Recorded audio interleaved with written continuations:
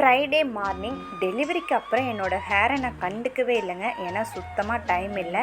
So இன்றைக்காவது hair care பண்ணலாம் அப்படின்னு சொல்லிட்டு அதை தான் பண்ணிகிட்டு இருந்தேன். பெருசாக எதுவும் பண்ணலைங்க. ஹேருக்கு ஆயில் அப்ளை பண்ணி நல்லா சூப்பராக ஒரு ஹேர் வாஷ் பண்ணிட்டு வந்தேன்.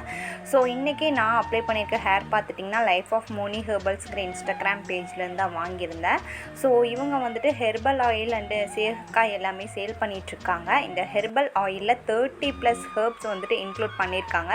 இது நம்மளோட ஹேர் ஃபாலு, ட்ராண்ட்ரஃப் எல்லாமே ரெடியூஸ் பண்ணுது. ஸோ நான் இன்றைக்கி சீகக்காய் யூஸ் பண்ணி தாங்க குளிச்சுட்டு வந்திருந்தேன், ஹேர் வாஷ் பண்ணியிருந்தேன்.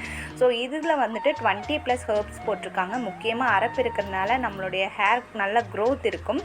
ஸோ என்னோடய ஹேர் உண்மையாகவே நல்லா வாசனையாக ஒரு மாதிரி சூப்பர் சாஃப்டாகவே இருந்துச்சு.